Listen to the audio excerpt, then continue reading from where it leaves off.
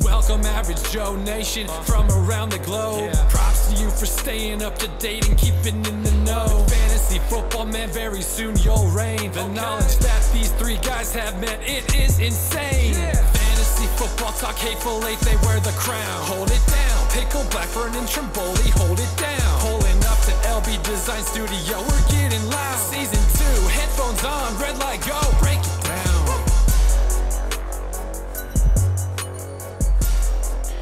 Welcome back to the Hateful Eight Fantasy Football Podcast with your host, I'm Pickle, and with me as always, Blackburn. Ow! And Trimboli. That's a way to welcome me back. Oh man, I felt like I should have had like the three best friends ever drop from Hangover, but I ran out of time. So, anyways, we're glad to have Trimboli back this week. Yes.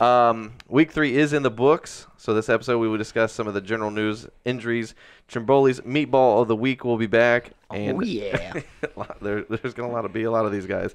And finally, the Thursday night game involving the Minnesota Vikings, who are coming off of a complete destruction, and the LA Rams, who are kind of limping, would you say, into the Thursday night game defensively. So, should be interesting. As always, don't forget to follow the show's Facebook, Twitter, and Instagram accounts. Now, onto Fantasy News and Notes.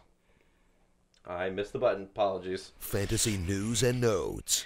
All right, Fantasy News and Notes presented by Body Armor Super Drink. Superior hydrations for today's athlete. Check them out at drinkbodyarmor.com or your local convenience store. Out of the News and Notes section, Browns name rookie Baker Mayfield the official starting quarterback. Baker Mania is upon us. It is. Finally. It's Baker time. Baker time. So, I think they're still hungover in Cleveland after that game. it depends. I'd like to know how long those beer coolers lasted before they were like destroyed, ripped apart, flipped over. At least 120 seconds. Yeah. I was like, give it a full 2 minutes and call it a day. Yeah, it's 2 minutes for you guys that can't do math. I picked up on what you said. Yes. I knew with the math. I know what 60 seconds Not is. you. I was talking about them. Well, it's okay. I'm hoping they know what Listen, 60 I'm over here seconds still times counting 2 my is. fingers. He's like, yeah, so to me, and I mean, you guys watched the game as well, when Baker came in, I mean, the offense was kind of struggling. And to me, Tyrod just kind of looked like he was kind of like halfway doing it out there. I mean, he short-armed a sure touchdown to Callaway that would have been, I mean, in stride. Yeah. And he just kind of like short-armed it. He pumped it a few times, and then he just was like, There was a few of those that he underthrew. right, that he could have made the throw. It wasn't like he had pressure in his face at the point that the one that he really underthrew Callaway that would have been like in stride for a touchdown. But when Baker came in, I mean, immediately the passes were crisp.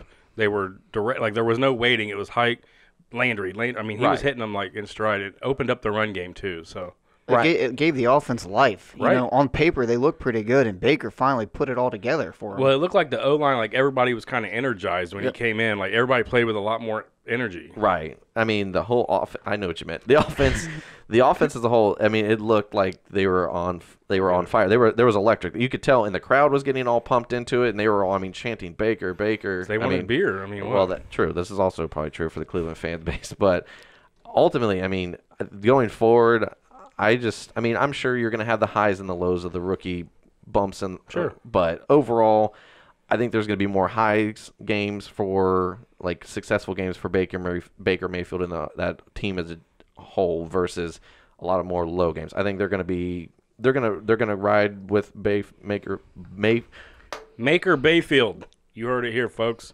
Baker Mayfield. They're going to ride with him for the rest of the season, and I think that I know that people want to give Hugh Jackson the pat on the back, the attaboy for this one, but he's still fired after the end of the year. I'm just telling you right He's now. still looking at tape to see which quarterback he wants to play, right? Don't get me started on that. When I heard that clip, that audio, I was like, are you serious? I understand there's coach talk, but I mean, anybody who was sitting in that room and anybody who watched that on SportsCenter, Fox Sports 1 the next day, anybody who watches football in general, you know Baker Mayfield is the starting quarterback for the following week. I know you're trying to be courteous to Tyrod Taylor or Tyrod, who's got a concussion, and he probably wasn't able to watch the TV because of the screen stuff. I doubt he even had a concussion. Even if he did or didn't, he knows that Baker Mayfield is the quarterback. Yep. So, So I'm excited for the Cleveland Browns for them, and I think that they're finally, without any random issues, I think Mayfield is going to be a staple for that team that they've not had for a long time. So and this ups Jarvis Landry too, in my opinion. him and Callaway. PPR nightmare. Yeah, Landry just looked like he was ready to go. I mean, he even was. I mean, he's been doing successful this whole year with even Tyrod. But I'm just telling you, when Mayfield came in, I mean, he made an unbelievable catch on the DB and that towards the end zone and everything. I'm just saying. And let's be honest, how many people thought that as they called it, the Philly special or the Cleveland special, thought that Jarvis Landry was going to throw a touchdown pass like that to Baker Mayfield? I mean, that right there tells me that offense and Todd Haley was excited. To me, I feel like Todd Haley was just kind of just doing the minimum to keep Tyrod moving the ball. And we all know that Todd Haley is a successful offense coordinator. He's a good offense coordinator. Spoiler alert, I think Todd Haley's going to be your next head coach in Cleveland. Right. Totally agree. So I think that's the reason why he came to Cleveland. Right. So they got rid of Josh Gordon and they actually brought in Baker Mayfield, and the defense was playing lights out. So, but you never know. Us Ohio teams, we like to keep guys that can't win games and can't win in the playoffs. So Marvin Lewis. Right. There you go. So Josh Gordon though leaves the Browns, they win. He goes to the Patriots, they lose. It's the Oh, Josh Gordon effect. right. So the next they look one, terrible, New England. they did. Cardinals name rookie quarterback Josh Rosen officially their starting QB. Sam Bradford, as Blackman would like to call it, hot garbage. The hottest of the hot garbage. He didn't even get hurt, and he's still hot garbage. A summer in Arizona hot garbage. Ugh, He just when the play breaks down for Sam Bradford, he doesn't know what to do to extend plays or make that special play. Well, he's a prototypical quarterback where there's no mobility. Right. He's going to get hurt. Right. So if it's not there for him and perfectly, then he's not going to have success.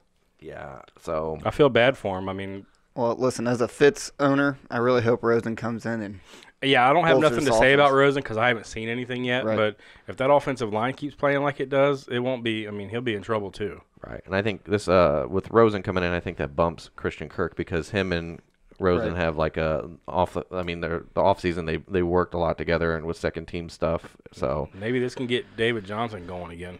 just have him relevant. I mean, we don't need, even for DJ, I think the 22-plus point games might be behind him right now with this offensive line and maybe this offense in general, but just be relevant. Double digit at least. I mean, 11 to 12 fantasy points would be great. Make me at this feel point. happy or safe about starting you. Right. Yeah, I feel bad for the guys that drafted David Johnson number 1 through 4. Well, I mean, the thing is, at this point, you're hoping, in best case scenario, you're probably putting him in your flex, and you're just hoping that he has a big game on a weekly basis. But you have to start. That's what I'm saying. You have to play him just based on name alone and potential, but I wouldn't feel comfortable about it.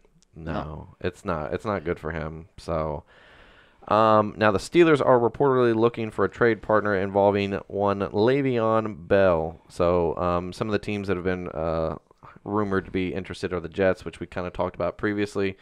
The Buccaneers was another one, and the Colts. All teams that kind of need a true running back. That really, the offense isn't horrible. They just need a steady back. And they all got the cap space to pull it off. Yep. For a long-term deal. I mean, Andrew Luck and Le'Veon Bell would be a good match. I think the Buccaneers would be a legit play.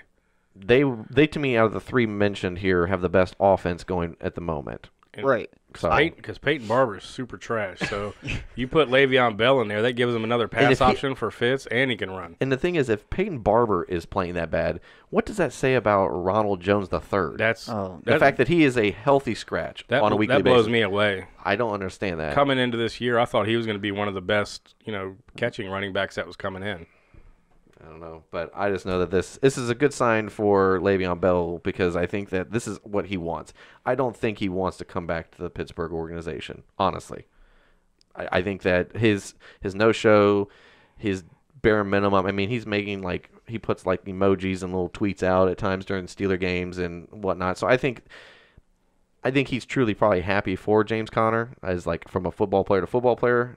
And I think he's probably happy for individual players on that organization. But it's the organization as a whole, I think he is anti-Steelers at this point. He just wants off the team. So I agree. I don't know. I kind of hope he lands with the Jets. That's a young team. Yeah. It is. So it would be either nice. one of those teams. They would automatically jump up a little bit in the rankings. Absolutely. I mean, Sam Darnold would have a little bit less pressure on himself having to go out and throw the ball a ton because you've got Le'Veon Bell in the backfield now. Especially because he's dinking and dunking it, which would be perfect for Le'Veon. Also true. And the defense is not a bad defense. No, not at all. Yeah. I mean, the best defense to me out of this group and a potential upside is the Jets. Now, overall, just looking at offenses across the board, I think the Buccaneers have the best across the board. Now, I think the Colts aren't a bad team, but everything is riding on Andrew Luck and that shoulder. Right. And that's just a lot of Speaking of that, investment. he's still not 100%. Did you see at the end of the game Yes. where they put Brissett in to throw the Hail Mary? Right. That tells me he can't throw the ball over a Right. certain distance. They said It's not like they're asking him to throw 80 yards either. It was like, what, 54? 50, yeah, like 50, 60 yards. And Frank Reich said that if it would have been 20 yards closer, they would have had Luck do it. Jeez. So that tells me, like, he's not 100%. no. So, oh well. All right. Now, tons of injuries this week. Some Notable ones. Right. So let's get into the Hurt Locker. My shoulder doesn't hurt very much, but my face does. Right here. Not here or here so much, but right here. Nope. Ship shape. All right. The first one out the gate. This is the big one, and it was a pretty nasty injury to see on television. 49ers quarterback Jimmy G has a torn ACL, which is season ending. He's done. Man. 49ers, McKinnon and Garoppolo out. That What do team they is just got? cursed. What do they got out there on those fields? I don't know.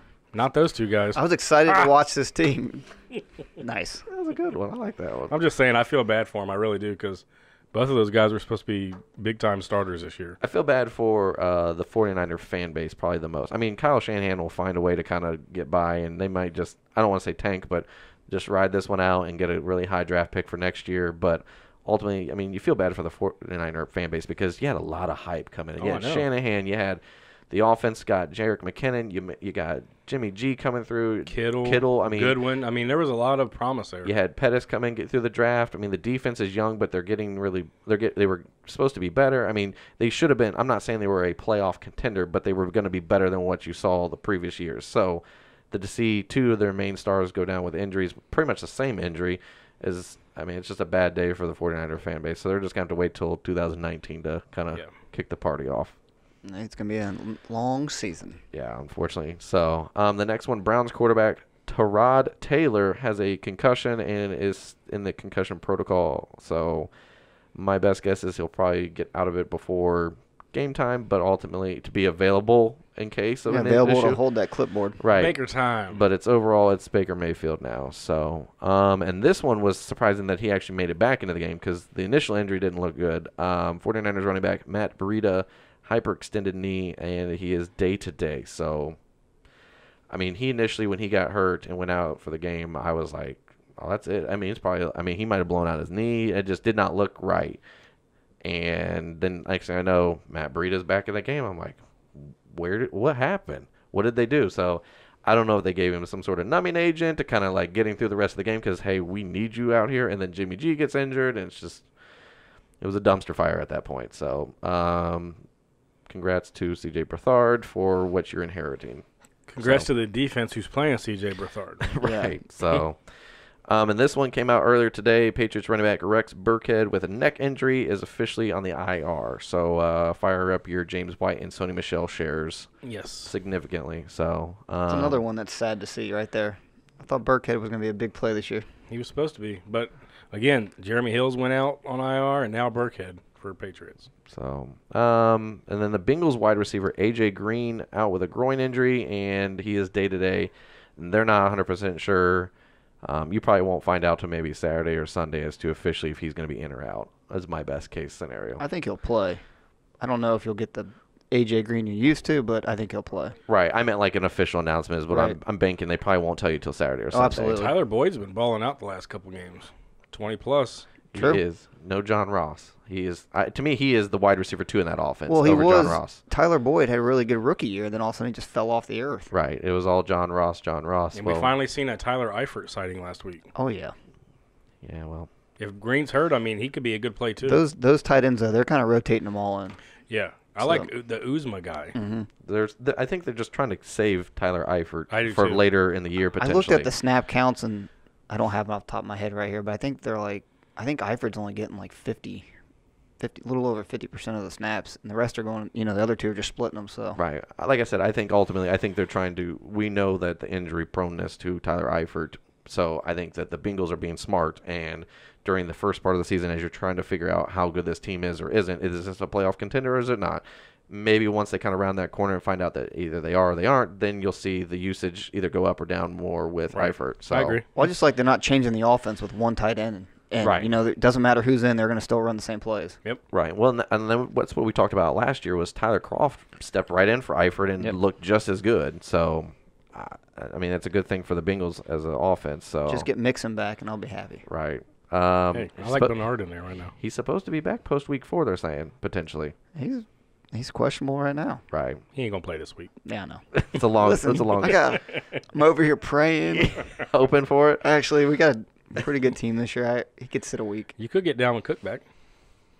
Yeah, that's a whole other thing. Yeah, I'm not getting him back either. Listen, all right. My team's the injury team. Right. The Bears wide receiver Anthony Miller, the rookie, has got a dislocated left shoulder, and he's day-to-day. It's been pretty much Allen Robinson and Jordan Howard in that offense, so in a steady dose. But every once in a while, Trey Burton decides to show up. But here and there.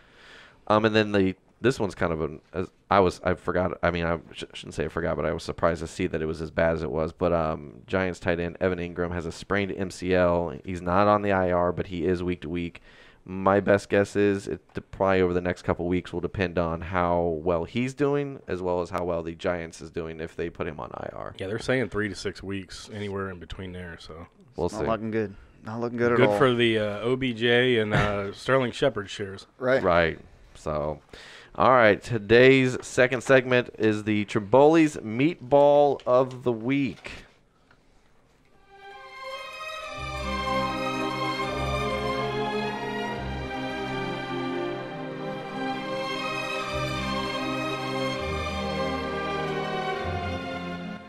Oh, we're back, boys.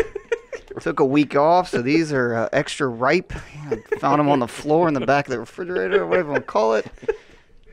I like it. But here we go. So my quarterback of this Meatball of the Week team, my captain, Mr. Tom Brady. Oh, Man, captain, did he my ever captain. crap the bed. He was awful. He was terrible to a tune of 9.52 points. It's Matt Patricia. He knows that offense better than anybody. Yeah, I just didn't think the Lions would do it to him. Really. I mean, it's the scheme. True. I know people have talked about, and this was some of the people like, well, what are you talking about? Other Patriots offensive or coordinators from previous years, they struggled against the Patriots offense. Well, that's the thing. You had Bill O'Brien and some of these other guys who were offensive guys. Right. The defensive guys played that defense every day in practice and schemed against it. For practice purposes, they played against that defense. They played against Tom Brady. So Matt Patricia, I think, had the upper hand in that hand. Every third down, if you go back and watch, James White and Gronk were double teamed every single third down. Well, and they're taking away Gronk now 2 weeks in a row. Because Gronk, if last week would have been on my Meatball of the Week team, and he almost made this one too. Yeah. Because they are taking him out of this offense, and that's really taking Tom Brady and everyone else just down. Well, that's because there's really nobody else. I think when Edelman comes back, that'll take some of the pressure off. And I think if they get Gordon in his routes, that'll help too. Yep. They got to get more an extra weapon out there. It can't just be Hogan and James White. And Hogan's just hit and miss, man. You Right. never know what you're going to get of that guy. So he's shown that he cannot be a true wide receiver one guy, like not even a comparable guy to step in for the time being. I thought he could at least be like a fill-in guy till Edelman come back, but I think he needs a true wide receiver one for him to be successful and not just Gronk. So right. All right, moving on with this team. That's a great team of mine. I got Kenyon Drake. Oh my God. To a tune of 3 points. That Miami offense was moving, but it wasn't through Kenyon Drake. Man, he's terrible. Tannehill had like 3 touchdowns. I know. None to Drake, though. No. Kenny Stills looked pretty good, though. Yeah, he's actually looking pretty good this year, yeah. He's definitely the favorite target there in Miami. Yeah. But anyways, on to Blackburn's team here. We got Chris Thompson coming in as my RB2.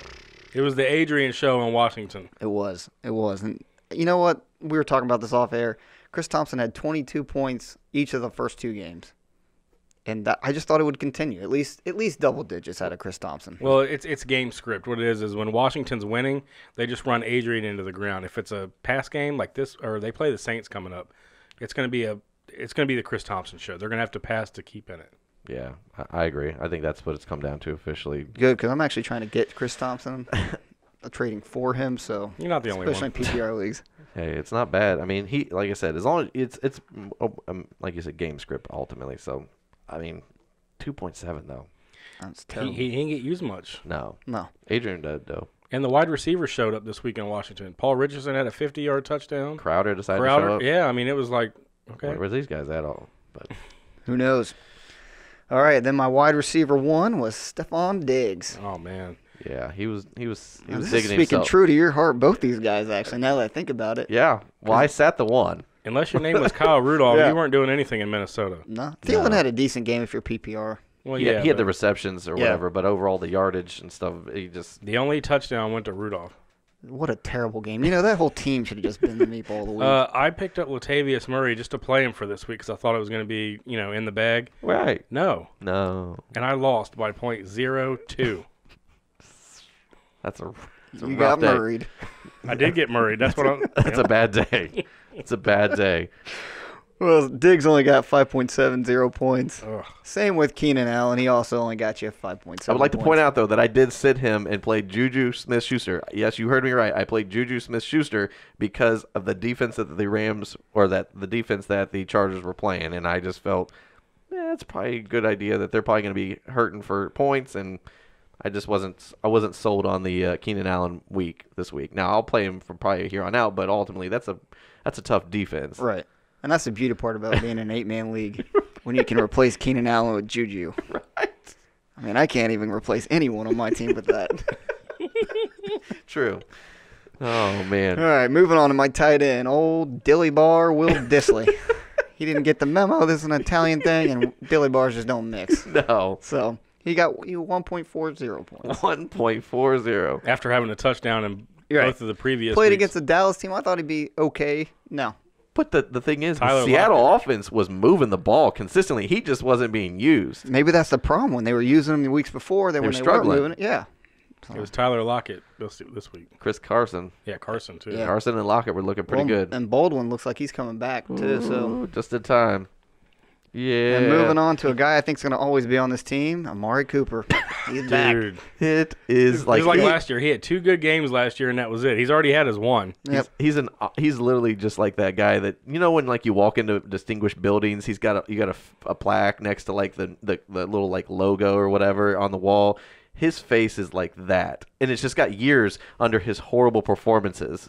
So, Well, listen, I'm kind of hoping for a trend here. Like, he was on week 1's team, and then he had 100 yards week 2. right. So maybe he's on a trend up. Yeah, I'm hoping, Well, I'm trying to talk myself into Well, it. when we come back next week for this meatball of the week for week I'll just 4, leave him- I'll you just go ahead and leave him in there. I'll leave him in. penciled in. Who does Oakland play this week? Who do they even play? I don't even know who they play this week. Oakland? I know one of us has them in our No. What are you talking about? The Browns at Oakland. Browns. Okay, the Browns. So he's gonna So get Ward. He'll be back. He's gonna be in the Ward. He'll be back. Jordy Nelson, no. Jordy Nelson. No way that's going to happen again. Jordy showed up for one game. Dude, did he ever? He balled out. I know. 141 yards and a touchdown. He should have just retired. Just walked off. Right. Like, I'm never Mike going to dropped him out. Ran up the tunnel, I'm done. Vontae Davis. And just left. Who unretired? No, he didn't. No. I'm just kidding. He came back halfway through the Minnesota game. We'll wrap up these last two meatballs real quick. Everyone's free agent pickup for kicker. Dan Bailey, he got you absolutely nothing. The goose egg. The offense as a whole for Minnesota just looked horrible, and it never felt like they were going to get anywhere within like an option to give Dan Bailey an opportunity. I think he missed one field goal, right? Right. So And they didn't go for the extra point on the touchdown. Right. So great. I mean, on a week that he should have been used, in theory, you're down. At least put some points on the board. They didn't even give the opportunity. And a lot of people picked him up too. Oh yeah. Mm-hmm. So Well, I know a lot of people did. He was like, I think on Yahoo is trending as one of the highest. he was like free the agent highest pickups. free agent. I mean, it's a high-powered offense. You always want to kick You're in on a that. dome. So Yeah, I mean, who You would have wouldn't thought I think it's Buffalo. That was Come on. that was just like the perfect storm. it was. Buffalo caught Minnesota looking ahead.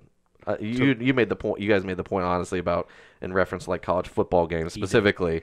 Okay, like looking like an Alabama or Ohio State or somebody looking past, like, we'll just say Ohio State, nothing against this team I'm getting ready to mention, like an Indiana or a Purdue. Yeah. Super garbage. Just saying, you're looking past them. Whether you want to tell the general public or not, we know most likely you're not looking at Purdue when the next week is like a Wisconsin or a Michigan or or Nebraska type. I mean, a team that you may have to be competing against. Or Penn State, which Ohio State's going to beat this weekend. So, true.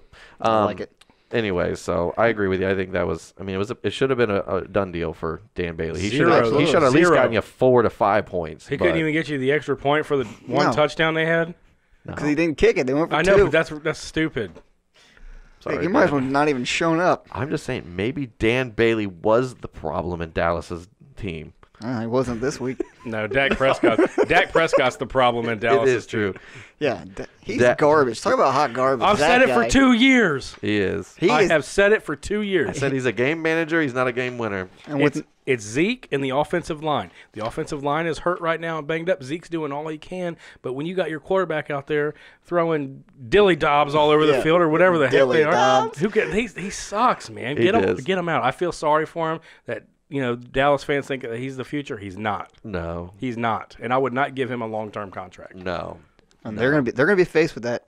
2 years. No, at the end of this year is what they're talking about. That's what they were talking about preseason. So, well, then they'll be the meatball of organization. Meatball of the year. All right, to wrap it up, the defense was Dallas again. I thought they had a great matchup against Seattle, and just to harp on them more. Yeah. Wow. 2 points. So, anyways, if you started this great team right here, you got a total of 33.72 points. Which was outscored by Calvin Ridley by himself with a 40 burger. Yes. I think Alvin Kamara actually outscored that again. He did. He got 30-something. Man. So play those guys, not these guys. Not right. So, so just a bad week for these guys. I mean, I think some of these guys could potentially come back and have good weeks in this week, but bad week. The Patriots, I wouldn't put too much stock into it this week. They had Matt Patricia, who knows their offense in and out, and was coaching there for a long time. But you're right. I am seeing a trend with Gronk and James White on third downs. They're starting to double team these guys. I think when Edelman comes back and Gordon gets more involved in the offense, that'll change. Right. So I wouldn't put too much stock into the Tom Brady thing. But, yeah, some of those other guys like Drake, and I don't know about that, man. Right. I think Keenan Allen will be back on point. Keenan Allen, Diggs. And like I said, I try to focus when I create these teams on guys that everyone thought was going to play well that week. Right. You know what I mean? I'm not just picking the guy random dude off the bench. Yeah. So. All right. All right. So this week's Thursday night primer is the Vikings and Rams. So let's get into that. This is the Thursday night primer. All right. Thursday night primer presented by Fantasy Fate Ball, the one and only Magic 8 Ball for fantasy football. 20 custom answers to help you make those critical start-sit decisions in the Sunday morning agony. Head over to fantasyfateball.com. Use promo code HATEFUL8 for $5 off your purchase. Vikings at the Rams. Just last week, we were talking about this could be a great matchup. This is going to be awesome. This is going to be a tough offense versus a tough defense. Unfortunately, the doors were blown off by the Vikings, by Buffalo, and the Rams are literally limping, like I said, into this defensively. I think it is going to be a good game still. I think it's going to be a lot of offense on both sides with Peters and Talib being out. Diggs and Thielen, I think, are going to blow it up. These Thursday night games have been pretty good in the last couple of weeks. So True. Let's keep it going. Minnesota's going to be, mad that they got shut out or, got put down like that on, the national spotlight. So this game being big, I look for Minnesota to come back. Like I said, Pickle just said, I wish everyone was healthy, though. I'd love to see Dalvin Cook out there. I'd love to see that defense for the Rams at full force, Right. It's just unfortunate. But I know the Vikings' offensive line is kind of banged up as well. So to me, the strength of this game will be, honestly, how well the offensive line for the Vikings protect against that still solid defensive line for the Rams. Because I think that's where their strength is. Just having Talib and Peters out there was just icing on the cake for that defense. But they still got Brockers, Suh, and Donald. They still have those guys. That's crazy. Unreal. I'd just take one of those guys. You know that? And the best offensive lineman, Reef, for the Vikings is potentially may not even play. So he's dealing with some injuries, and they're like, he may play, he may not. If he's not in. And Elflein, the starting center, is out too for Vikings. Yeah, so it's going to be an interesting defensive front against that offensive line. You worried about Cousins? I will tell you right now, I'm not probably going to play him, and it's just because I'm not sold on this defense of the defense. The pressure is going to be on him. I have a feeling now. Diggs, eventually he's going to have to throw the ball. I think that gives him enough opportunity, but I just don't see Kirk Cousins having a 19-plus point game, honestly, in this one, so to me. How about a 12-man team, 6-point touchdown? You still starting him? Probably you're going to have to because your best option's probably maybe Bortles is your best option, which is not bad, but he is hot and cold too. Very. So well, I actually agree with you when I say he's going to be lower than the 19 points, but unfortunately, in a 12-man league, right, you're going to have to start him. Plus, I think Minnesota's going to be down. They could possibly be down a lot, so they're going to have to throw to stay in the game. Right. I guess my concern is the defensive front against that banged-up offensive line. How much pressure are they going to get? If they can protect Cousins, I think they'll be successful because with Peters and Talib being out. But ultimately, if they've got no time to throw the ball, it doesn't matter who's out there as the DB. They could put nobody. It could be like hockey where they pull the goalie, and it's not going to matter if Sue and these guys are in his face every down. So, true. All right, so the good, the bad, the ugly for the Thursday night game. I've got the good, and my good for this week is none other than Blackburn's. What do you want to call him? Like your long shot for being a good tight end for fantasy, right? Is what you said. He was one of your sleeper guy that you called for the year. Tyler Higbee is my good for this week. Higbee, right? I just like his name. He's got 1 touchdown on the year. Right. The Vikings defense is 28th against the tight end, and they're giving up 11.5 fantasy points in half-point PPR to the tight end. Now, granted, they have played against Jimmy Graham, who's no slouch, and then week 1 we said that they George Kittle, who was also no slouch. Right. But they played against Charles Clay in the Bills' offense. So last week, I just think that with the options that he's are not really that good though. He's not. I'm just saying Higbee. I think is going to have enough opportunity because I think whatever they have, they're going to use to try to stop Gurley and probably at least 2 of those 3 wide receivers. Woods and Kupp. Right. Yeah. So I think that Cooks might get some down the field throws, and I think that Higbee might be a red zone threat in this game just because I think that when they get in the red zone, I think everything that the Vikings defense has is going to be loading that box up to pray that they don't hand the ball off to Gurley. And I think, honestly, you may see like 9 and 10-man boxes. Well, that's going to be their main focus. Right. So Kupp might have a really good game this week. Right. I agree. He's their next red zone target normally. Right. So I'm just saying, if you are dealing with a tight end stream and you're at the bottom of the barrel for tight ends and all the other guys that are playing aren't really good matchups and you're uncertain about the C.J. Beathard experience that's coming through with George Kittle, Tyler Higbee might not be a bad pickup just to roll the dice on. Just saying. But you telling me you're playing him tomorrow? No, I'm not playing him. But I'm also not needing. I'm going to roll with the. Check my phone real quick. I'm going to play the George Kittle experience with C.J. Beathard, but that's just because I'm not gonna. I think my team, the other players on my team, will be able to carry a bad performance by George Kittle. We're gonna have a breaking news before this ends. George Kittle down with an ACL injury because the grass in San Francisco is awful apparently. So. All right, so Trimboli, you've got the bad. Who is the bad for this week? My bad is Latavius Murray, the Murray effect again. Listen, he did nothing last week against the Bills. I don't expect anything against the Rams.